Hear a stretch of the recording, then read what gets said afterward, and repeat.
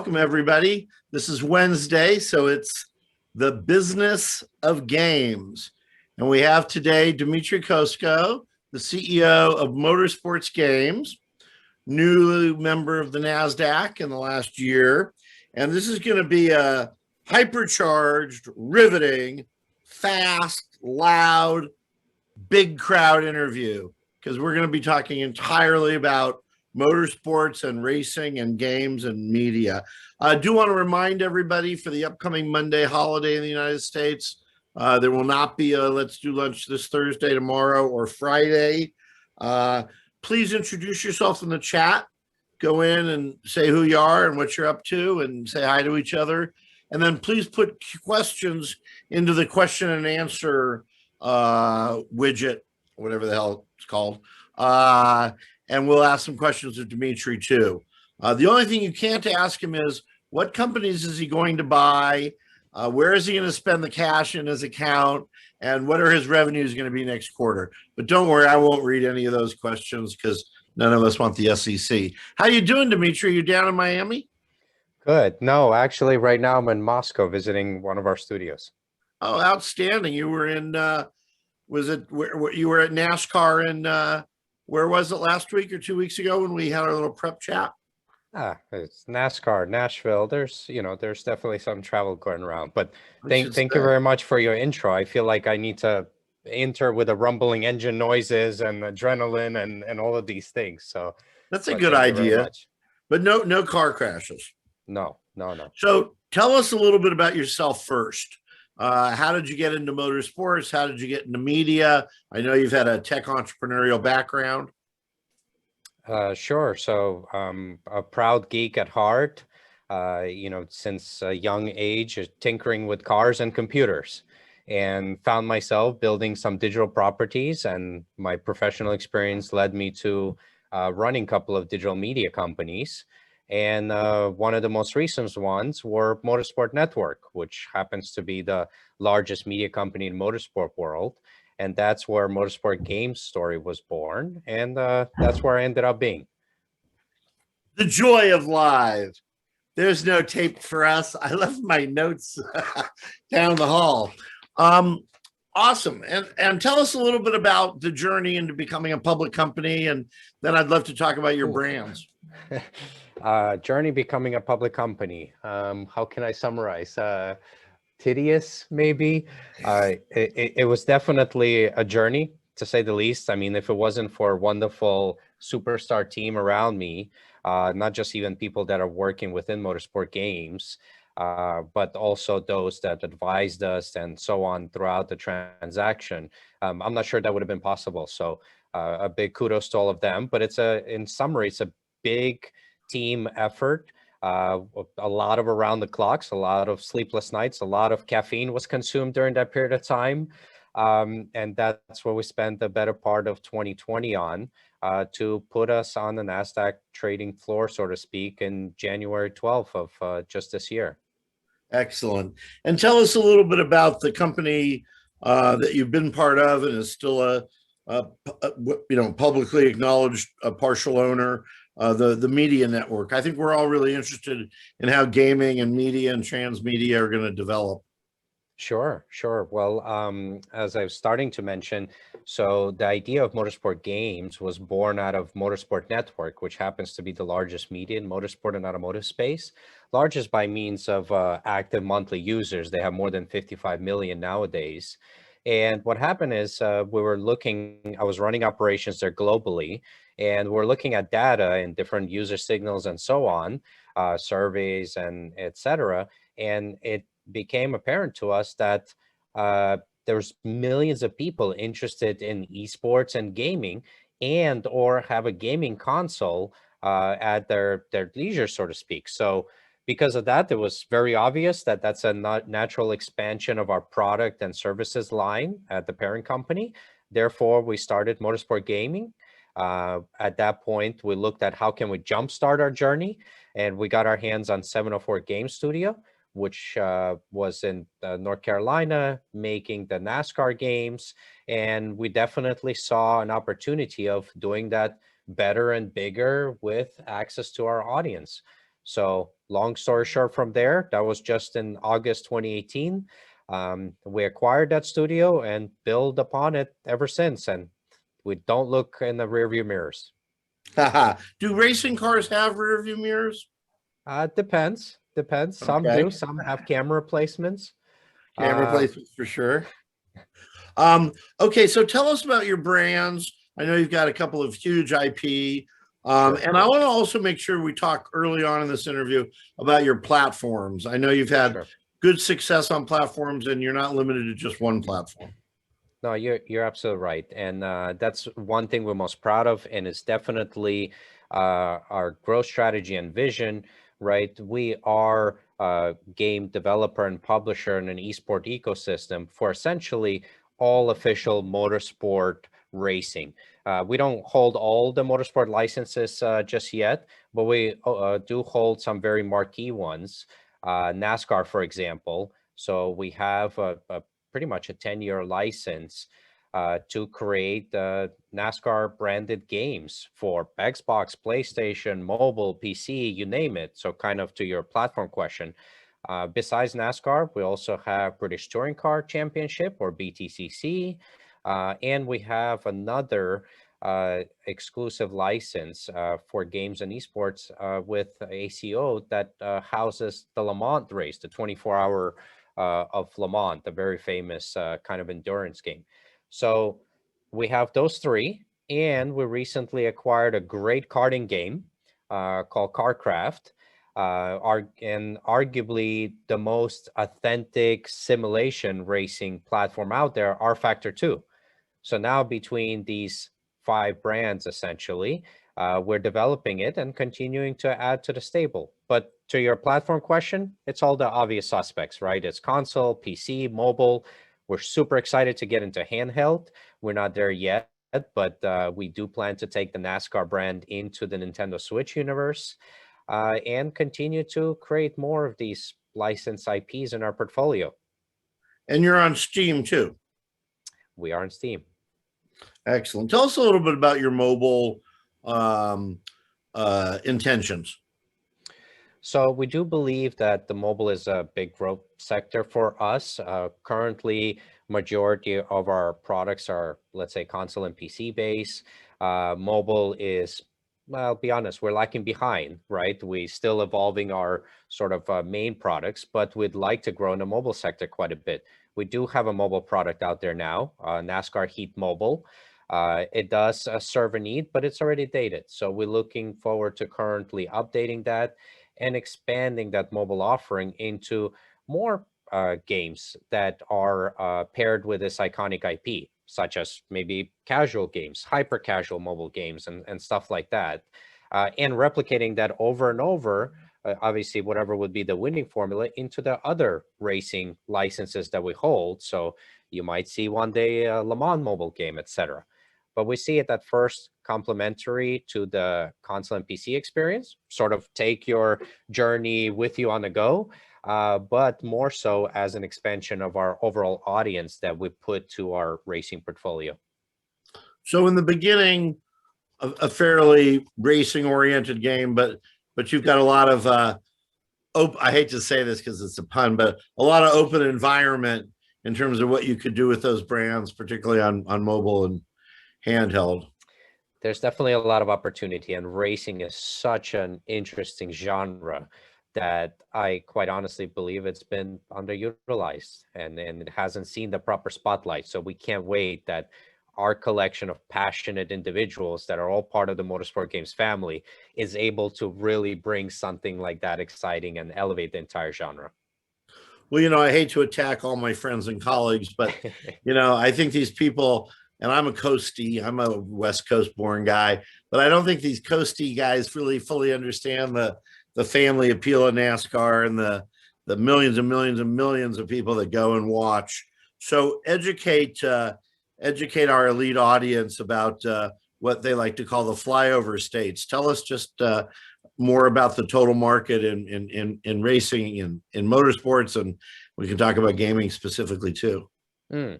Well, racing is an extremely popular sport. There's been some metrics that said it's the third largest sport in the world.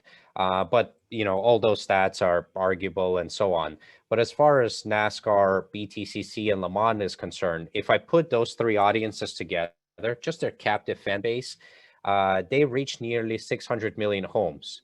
And that's just the captive fan base that are exposed or around these brands. And each one of them have a little different flavor to it, right? A little different experience. So they're not necessarily always overlapping. So that's our immediate opportunity, right? A market opportunity to create great games and experiences for this captive fan base. But we're not stopping there. We definitely want to go above that into any motorsport fan, then expand into any racing fan. Then as we create great games overall, we hope to penetrate the gaming market. And we know that's nearly 3 billion players around the world when you take in mobile. So I guess when you talk about your world coverage there, I have to add, and cross-platform and whatnot, I've got to ask you about gambling. You see a role for gambling in motorsports, maybe not by your company since you're a public company, but maybe by other, or in the States where it's legal. There's got to be a little bit of gambling going on inside the race car speedways, no? Look, the one thing I would say is that I wouldn't discount that as an opportunity for us either, right? It is something that a passionate fan base would like. And motorsport in particular, especially if you think about esports, right? What do these kind of gambling opportunities want? They want a lot of things to place bets on. And racing is such a dynamic and, let's call it, not really predictable environment that you have so many different opportunities to sort of create odds and so on. So we do think it's something that once we have a large captive fan base, maybe we'll partner with somebody who is proper in that space and help us bring another offering to our passionate community. And I want to talk a lot about esports because it means a lot of different things to different people. But before we go away, I want to continue my education of the elite. So give me just a few stats on NASCAR, and then I'd love to have you drill down into British Touring and ACO, and tell us more about these pretty heritage-filled brands. In terms of their sizes of, yeah, I mean, you together 600 million, super impressive. I mean, tell us about NASCAR. Is there a lot of stadiums, a few speedways? What's the TV coverage like? I mean, convince me it's up there with soccer and I don't know what the third one is. It's certainly not NBA. And NBA is kind of up there with the Asia presence now and so on. So educate me on NASCAR. Sure. So there's been few public stats that they have put out, but my NASCAR friends and partners might be upset if I share some internal stats, but they're all up on the rise. So that's a good part. But in 2019, the stat that's been there, in that year, they reached 475 million homes worldwide. Wow. So it's definitely a large audience. And to tell you something unique into NASCAR, if you ever attended a NASCAR event, and obviously I've been to a couple, you notice really quickly that it's a family gathering, right? You have multi-generations going to this. And I think that plays a lot into the role of their audience, is even though maybe if you read at some television stats that maybe an older demographic is looking at, if that demographic could perceptually be decreasing by some metrics, on the other hand, the demographics that are reached by a mobile device and so on is increasing. So I think the digital footprint paired with the rest of the, let's call it, traditional media out there, that sport is on the rise, and we couldn't be more excited to be their partner. And actually, they are leveraging games and esports as the growth factor of their audience. So for us, it's great. For them, it's great. Our interests align, and we couldn't be happier. So they've got a digital department and a digital guru, and just like NFL or anybody else. And great people behind those departments. We really like them. They really have a foresight. They understand what's currently happening and where things are going. And what I think is different now than maybe it was before, they're willing to experiment. They're willing to reach some places that maybe they were more reserved before, as far as pairing and allowing us to take gaming environments into, realms of esports and so on. It's uh, probably only in the last 20 years that Vegas has successfully established itself as a family destination. And I know NASCAR has been, a similar, literally families going, and that must be good for you guys in terms of young people and people who are playing games. So this is not baseball is an aging sport. I'm guessing this is probably getting younger and younger. I think that's where it's heading. For us, that particular part, that's why we're so excited to bring this brand into Nintendo Switch. It just pairs and more. It's handheld, and we do see younger folks are actually bringing Nintendo Switches to the track. So pairing that experience and giving them an inspirational ladder towards their hero drivers and so on, and competing against them on that platform like Nintendo Switch during a live activation, like I can't wait when that all comes to fruition. Going to come back to a few questions around sure AR and whatnot. And okay, now, but I want to talk about the other brands first. British Touring. I mean, that just sounds to me so like put on a tie and go out to Ascot. I mean, is it one of these 100-year-old brands or something? They've been around for some time. Don't quote me on this, but I believe around 60 years. So it's well established, but you could think of it. I hate to draw this parallel, and I'm sure a couple of people won't like me for this, but the popularity is kind of like the NASCAR of the UK. It's not the same type of racing, right? It's touring cars. So you see your natural Honda Civics, the BMWs, the Infinities, and those type of brands throughout that.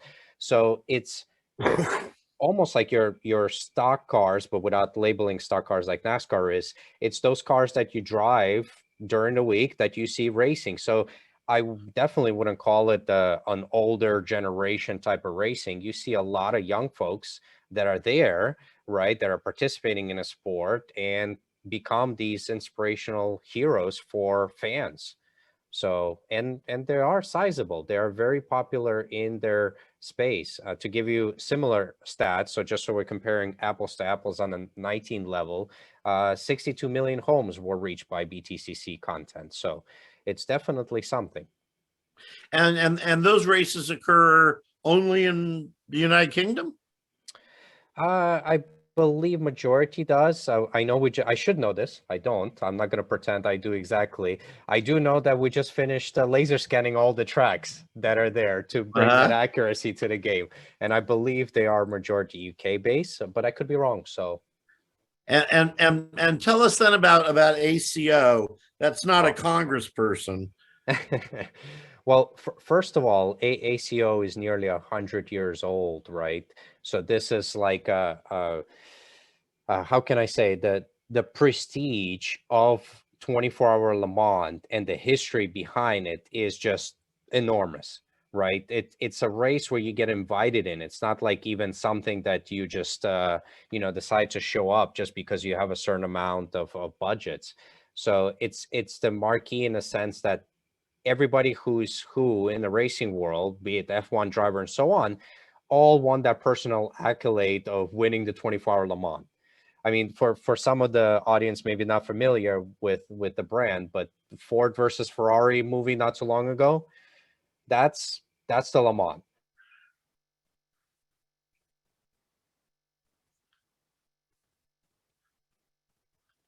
It's through a joint venture with ACO. ACO, to my knowledge, has not had go back 2 sentences. You froze up. Okay, sorry. Which part? Who's the joint venture with? So not only that we have a 10-year exclusive license here, we have that with a joint venture with ACO. So we have a common interest in developing the gaming and esport business altogether. And to my knowledge, ACO has not done a joint venture, especially allowing a party like us have the controlling stake of it. So we are a completely trusted partner We have a great experience with them with the Le Mans virtual event we did last June, which was the most watched virtual race ever as a single event. More than 14 million live people tuned in into that.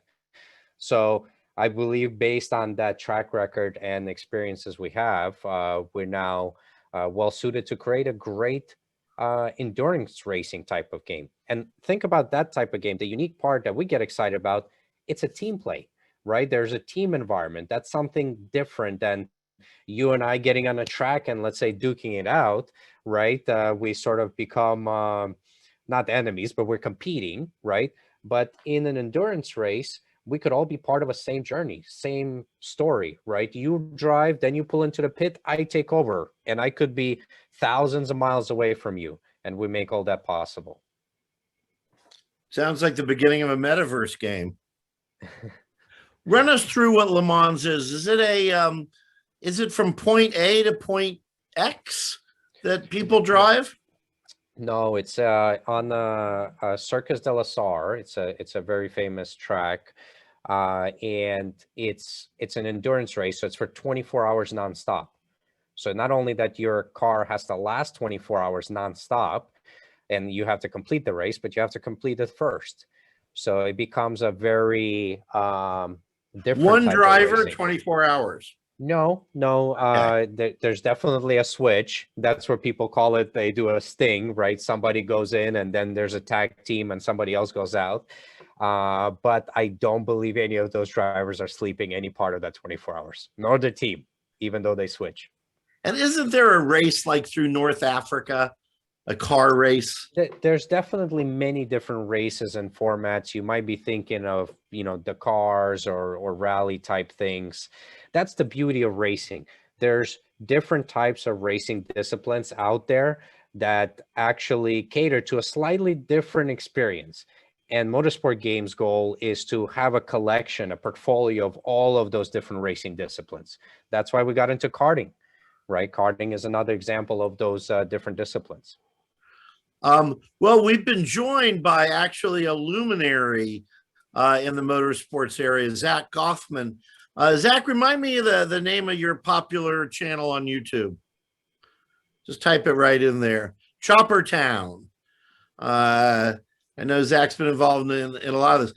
You gung ho about car racing too, or just motorcycles, Zach? I've never interviewed a attendee before. He's got 2.6 million people on Facebook. I don't think I asked that question. Okay. So have these brands made games before? Has British Touring and Le Mans, have they made video games before? Sure. Le Mans, very long time. But there have been a BTCC type of game. It was called Toka. It was created by Codemasters. And it was like in mid 2000s was the last iteration of it.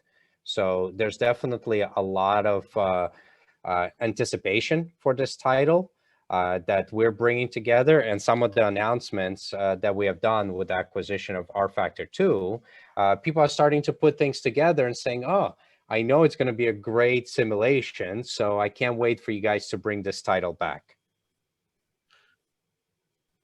Let's talk a little bit about esports. You talk about it. I've seen some of your earnings calls and roadshow sort of stuff.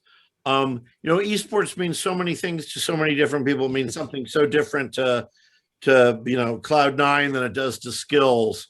Tell us in some detail what your plans are for esports around your games and around motorsports entirely, and Sure. Get us into some granularity around the esports vision. So maybe I start off with what esports mean to us, right? So esports to us is when you pair kind of the best of competitive racing with high quality production for the goal of creating the most exciting and engaging fan experience, right? That's what we're really is esports to us. That could be virtual, that could be physical events and so on. And we have paired the two worlds multiple times.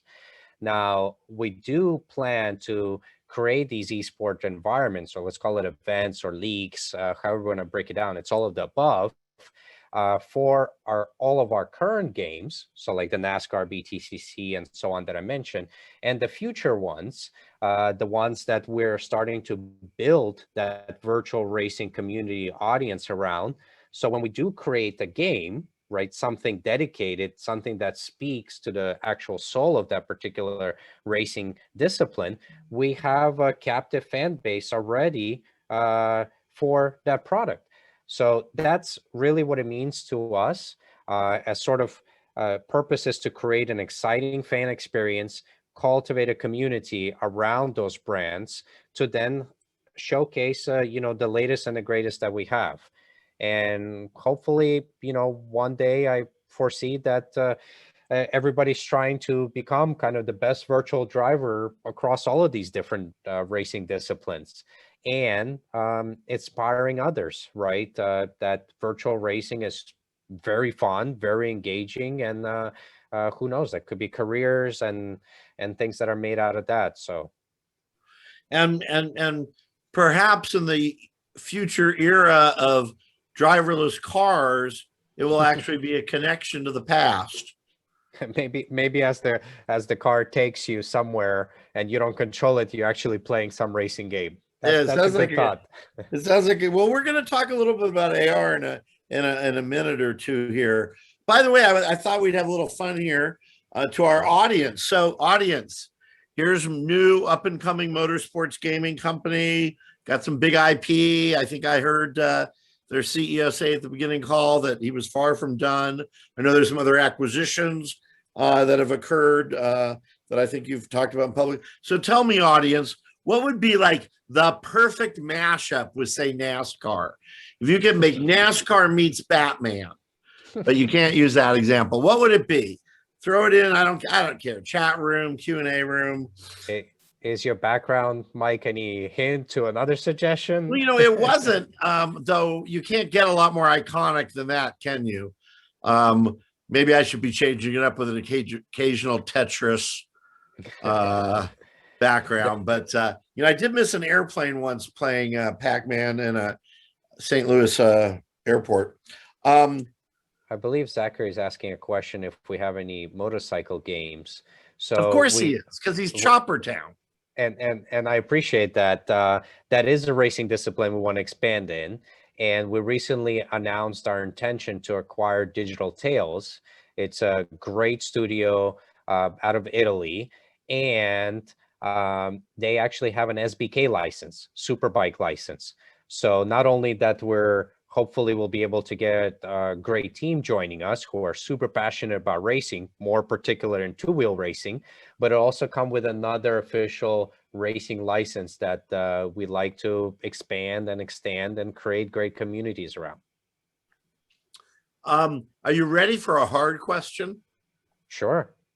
Okay. Normally I would soften this. Oh boy.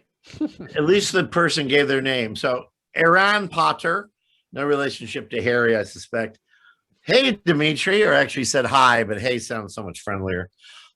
Can we discuss the aging demographic of NASCAR Indy touring, for example, and how it compares to a more millennial, youthful motorsport like drifting?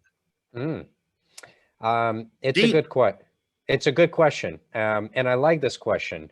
And I'll say a couple of things about it. First of all, I like drifting too, right? So the notion of that's another example of a good racing discipline that we should have in our portfolio, you're thinking the right way with that question. The other part of the question is, what about this perception of, aging demographic of NASCAR? I think that holds true when you look at some of the linear television statistics that people have access to for some time now and so on. But I combat with that with just real life experience of going to the racetrack and just randomly look at who is attending the race. I would challenge that it's not, the average age that you will see in those linear stats.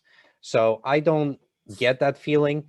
The interaction and participation we have, for example, in our eNASCAR esports, the pro leagues, I believe our average driver is like 19 and a half. And yes, they will have their fan base, and their biggest fan base is their parents and grandparents, of course, but the extended family of friends spans around their same age. So you might be correct on how it was, and maybe some of the current linear stats maybe show similar indications, but I do believe NASCAR is moving towards a younger, wider demographic, especially with some of their recent initiative. I think BTCC is there. Lamont is a very marquee thing that it's very inspirational, but you're absolutely right. Drifting. Formula E has the perception of, because they, let's say, gamified a little bit their sport with fan boost and a couple of these interactive formats, they also perceive to have a younger audience. Our goal is to have a portfolio of all of these racing disciplines, because each one has its own little persona. And we want to be the ones to deliver that cool persona and the unique aspect, because unless you're into that motorsport, you have no idea like what makes drifting special, right? Or what makes Formula E special, what makes IndyCar special, NASCAR, and so on. Each one of them have these unique characteristics, and we want to bring that to life, hopefully broadening the audience size for each one of those sports to inspire those engaged gamers and fans and esport viewers that we have to attend the sport and experience it for the, in the physical world too. GTA, I would not argue is a racing game, but I would argue it's a driving game. Yeah. And, sure. It's one of the largest, it's the largest IP ever.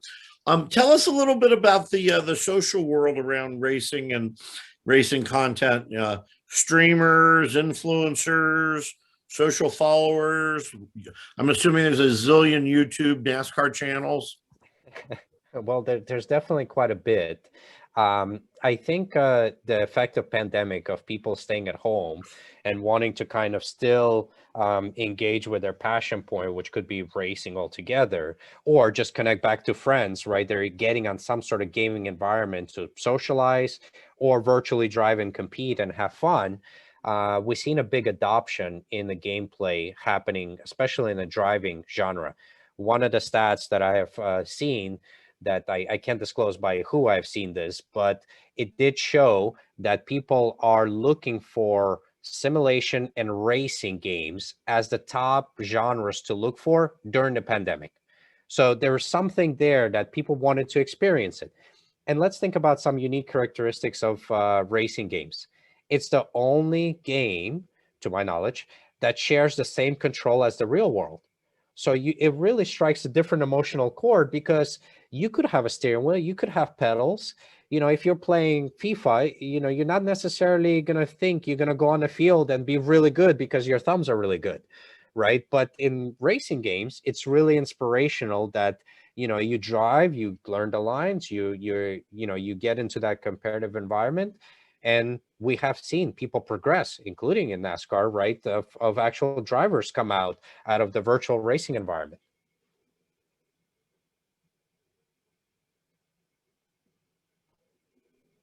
Is that right? People that have actually come to be a racer, a race driver, and they used to play the game when they were kids.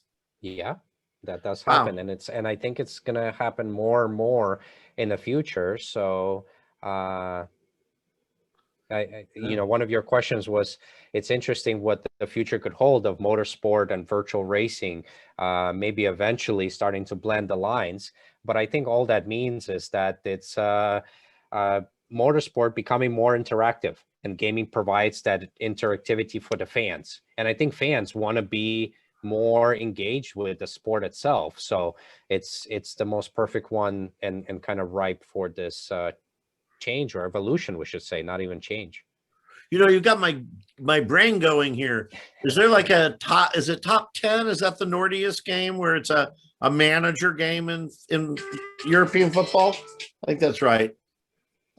Maybe there'll be a game around pit crew. I have a friend who goes out and volunteers in a pit crew. Well, there you go. There's so many. There's team managers aspects. There's crew chiefs. There's, there's different roles in a pit crew. There's strategy. there's literally strategy around racing that happens, and that's why we're so excited with an upcoming title like the Le Mans racing game that we're doing, because it will kind of flourish all of those different role plays that you could do and promote team racing environment, not, you know, mono versus mono type of thing. You know, I'm my dear friends on today. You're such creative people. I know so many of you. Come on, you must have some better. I mean, I love NASCAR and cooking. You know, so NASCAR Dash. You know, brought to you by Glue, I guess. And you know, I love the Speed Racer brand, NASCAR and Speed Racer. That's kind of would Speed Racer race against the cars? I wonder.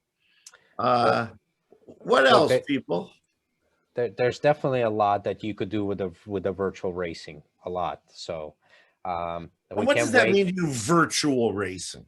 So I just try to make a distinction of you physically being in a car and racing versus you're, you know, probably being in your living room, but still racing, right? And some of those emotion, besides maybe the fear factor, right, which is not that easy to replicate in your living room instead of smashing into a wall and putting your life at jeopardy, right? So besides that factor, everything else could get pretty darn close. And with our acquisition of R Factor 2, that's what a lot of famous drivers are saying, like, this feels real, right? This is how the car behaves in a virtual world is very similar how it behaves in a real physical world. So, and it's exciting because think about now, motorsport or racing altogether through the virtual channel becomes more accessible to the masses. You know, you and I would not necessarily have access to ever drive maybe a Formula One car, right? Or an Indy car, or even NASCAR. I mean, there's some NASCAR experiences here and there, right? That maybe we could get our hands on. But with a virtual environment, we could try them all. You could try all different ones. And if Motorsport Games is successful at delivering the unique characteristics of each, well, that just sounds like a lot of fun. It sounds like there'd be a lot of opportunity for advertising tie-ins and promotions, and you have the ability, you have the rights to do that in some of your games if you want to put some billboards up in the tracks. Or every agreement is slightly different, catering to the unique aspects of the sport. But let's just say if you will see an Oscar Mayer hot dog car racing one day, like, don't be surprised. I think that'd be funny. I saw the Oscar Wienermobile just up in the Hollywood Dog Park right before COVID. It looked so much bigger than I remembered it as a kid. That was not meant to be like in any way an entendre of any sort whatsoever. I think I may have used 2 French phrases today. That's a world time record for me. Okay. I mean, how do we not ask this question? Come on, Diner Dash, the best you guys can come up with. I'm VR, AR. I mean, right? I mean, could there be anything better than a VR racing game?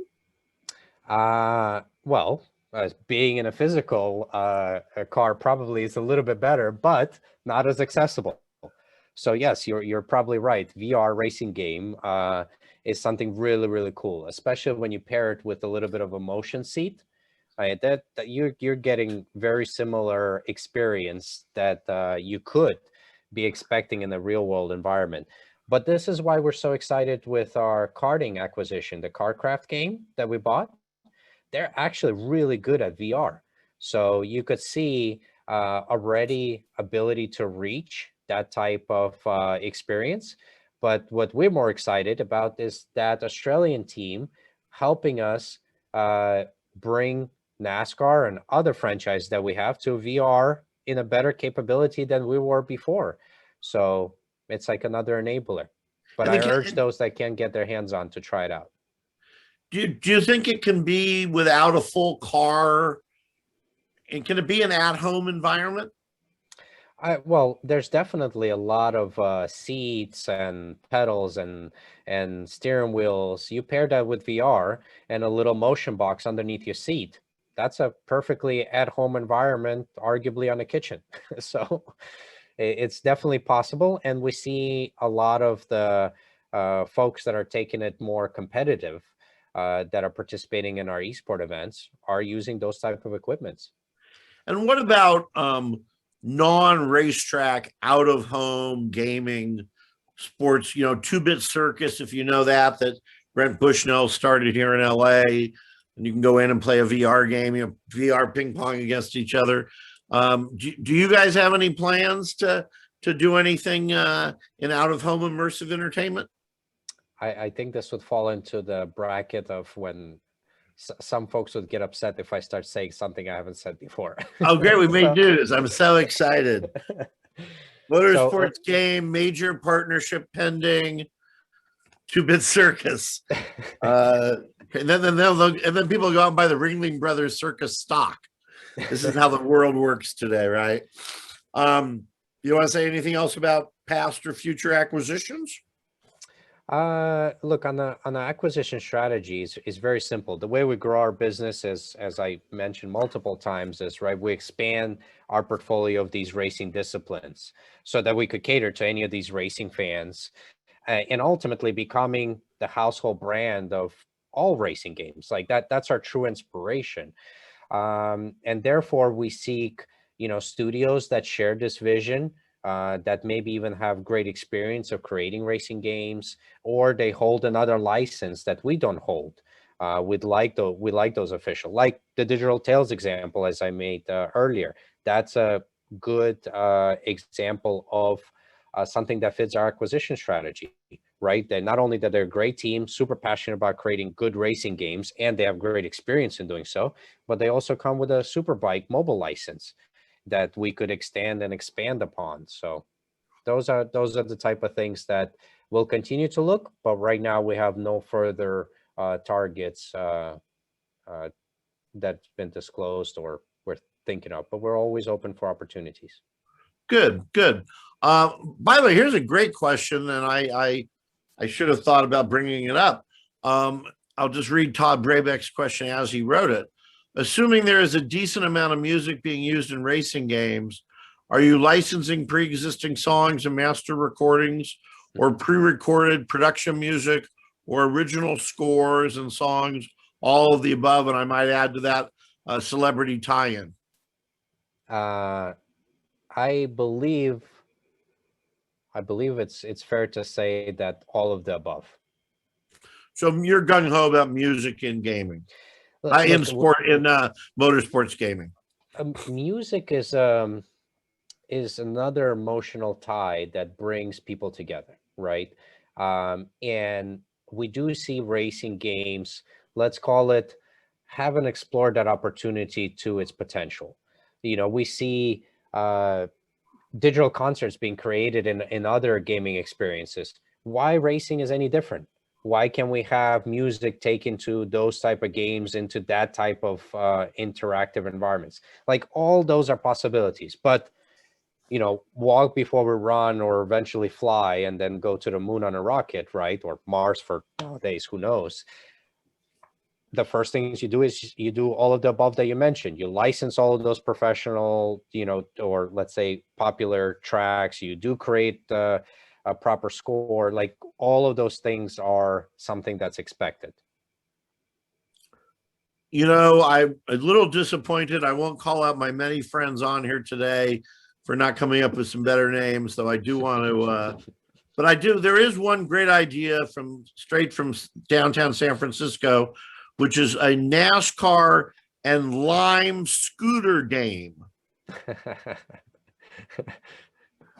So we'll look for, maybe it'll be free to drive if you play the game and buy in-app purchases while riding the scooter. Well, let's not buy anything while you're riding the scooter. That doesn't sound safe. I'm sorry we didn't get our music license for, who's the cars I want to drive, or so we should have a little drive song to say goodbye to you. But we have a commitment to everybody to go right off the air at 12:45, so that everybody can get their 15 minutes of high intensity training in. So Dmitry, thank you very much. Spasibo. We look forward to seeing your next games out.